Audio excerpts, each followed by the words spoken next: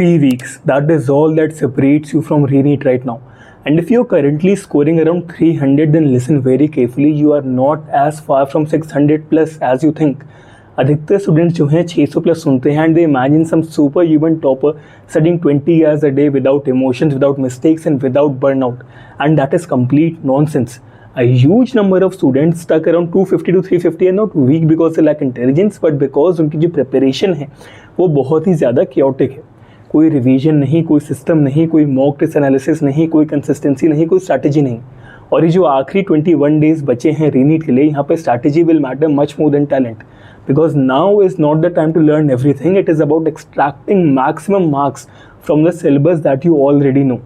अब इस वीडियो में I am going to give you 3 exact reNEET come back strategies to push around from 300 to 600 plus in your performance. कोई fake motivation नहीं, कोई impossible time table नहीं, ठीक है, कोई finish entire syllabus in 5 days से nonsense नहीं, सिर्फ प्रैक्टिकल एग्जीक्यूशन. अब एक चीज़ को क्लियरली समझो, 300 से 600 प्लस जाना कोई एक बहुत जाइंट जंप नहीं है, ये मल्टीपल स्मॉल जंप्स हैं.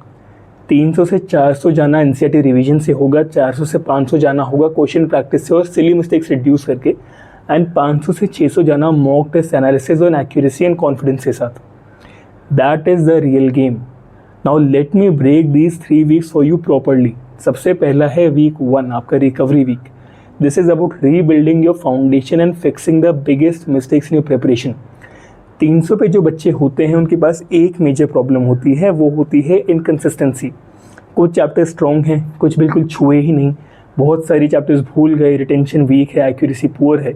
तो इस हफ्ते your goal is stabilization.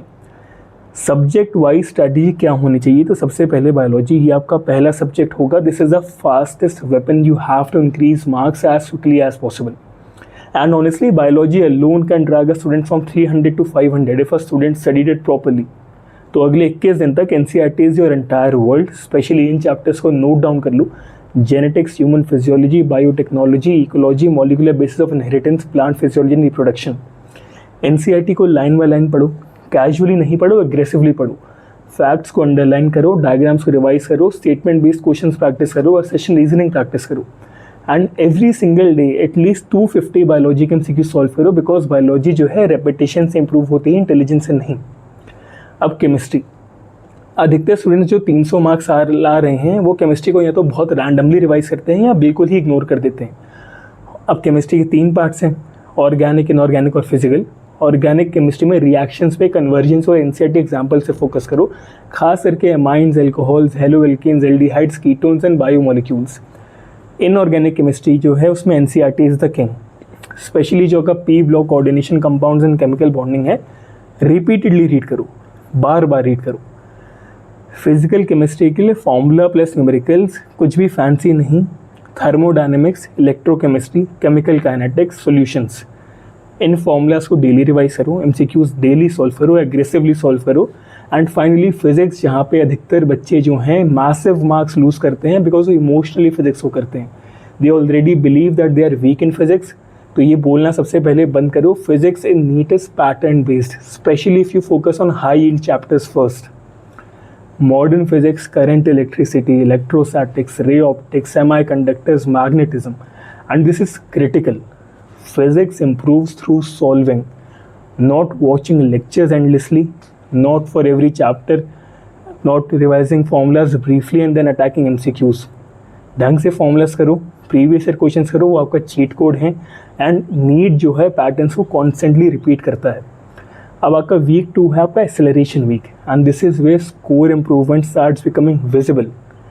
By now your revision speed has increased and आपका confidence जो है अब तक काफ़ी इम्प्रूव हो चुका होगा. मॉक टेस्ट जो है एक्सट्रीमली इंपॉर्टेंट बन जाते हैं इस हफ्ते में, because at least 1 syllabus full syllabus mock test is a necessity in this week. अब रियल एग्जाम कंडीशंस में करो, टाइमर ऑन करो, कोई डिस्ट्रैक्शन नहीं, कोई चीटिंग नहीं है. ध्यान से सुनो, मॉक टेस्ट खुद से मार्क्स इंप्रूव नहीं करते, एनालिसिस मार्क्स इंप्रूव करती है. This is way most students fail. वो अपने मार्क्स को चेक करते हैं, इमोशनल फील करते हैं, फिर उसके बाद आगे बढ़ जाते हैं. ऐसे नहीं चलेगा. हर टेस्ट के बाद सीरियस टाइम स्पेंड करो अंडरस्टैंड करने में कि क्या गलतियाँ हुई थी.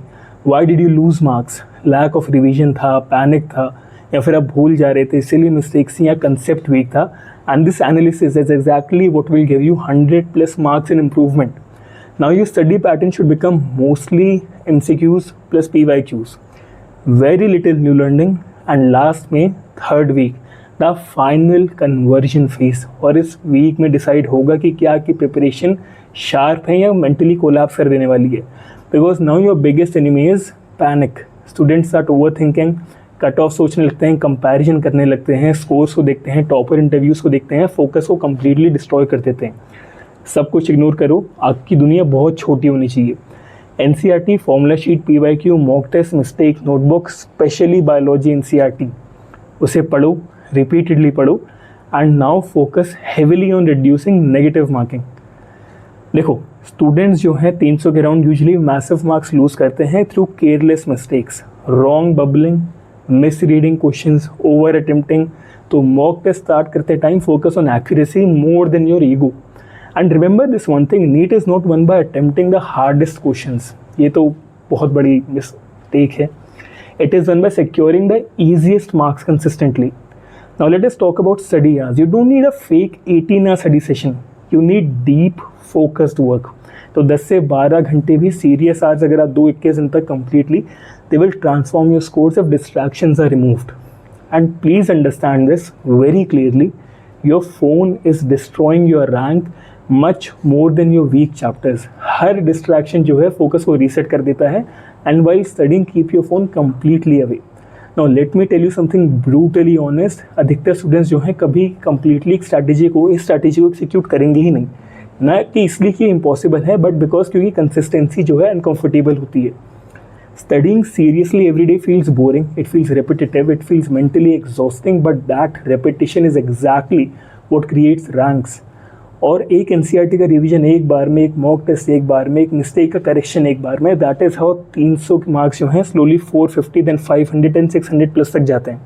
जादू से नहीं जाते, एग्रेसिव कंसिस्टेंसी से जाते हैं. एंड एक बात ध्यान से सुनना, because this is the most important thing I will say in this video.